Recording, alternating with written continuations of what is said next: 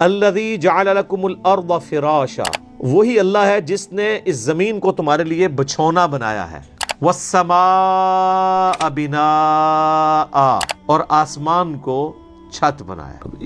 اس حصے کے اوپر بھی گھنٹوں بولا جا سکتا ہے کہ یہ زمین جو بچھونا بنائی ہے، صرف اس کی ایک فزیکل پراپرٹی کو ڈسکس کیا جا رہا ہے کہ زمین کو رہنے کے قابل بنایا ہے۔ زمین میں ہر سیکنڈ میں 2 زلزلے آتے ہیں، ہر سیکنڈ میں، لیکن ان کا ایمپلیٹیوڈ جو ہے وہ بہت کم ہوتا ہے۔ اگر وہ بڑھ جائے تو زمین تباہ و برباد ہو جائے۔ اتنے زلزلوں والی زمین کو رہنے کے قابل بنایا ہے، اسے کنٹرول کیا، اور اس اعتبار سے بھی رہنے کے قابل بنایا ہے کہ وہاں پر ہر مخلوق کے لیے اس کی زندگی کا سامان رکھتا، اور جو سب سے ضروری سامان تھا زندگی کے لیے وہ بالکل فری رکھا ہوا ہے۔ کون سی چیز؟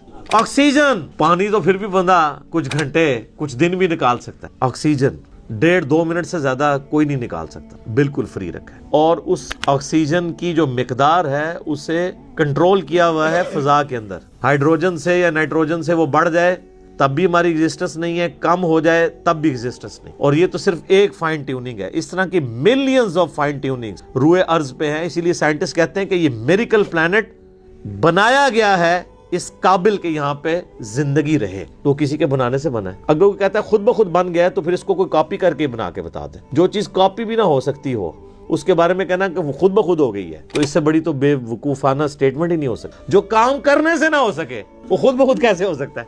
خود بخود تو وہ کام ہو سکتا ہے نا کہ جو یعنی کرنے سے ہو بھی جائے۔ زمین و آسمان کی ساری مخلوقات مل کے ایک بیج نہیں بنا سکتی کہ جسے ہم مٹی میں بوئیں اور وہ 6 ارب گنا بڑا درخت بن جائے۔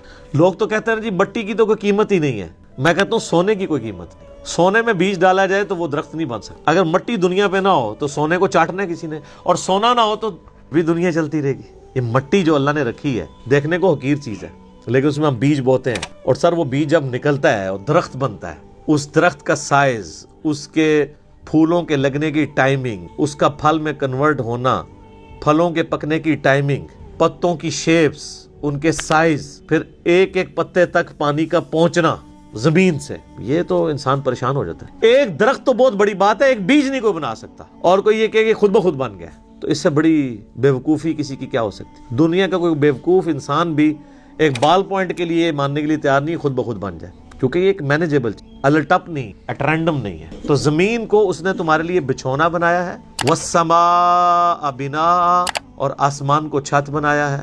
اب یہ متشابہات میں سے ہیں، یعنی آسمان کے بارے میں جو اب ہمیں اس ماڈرن سائنس کی وجہ سے ٹروتھ ریویل ہو رہے ہیں وہ تو بڑے حیران کن ہیں۔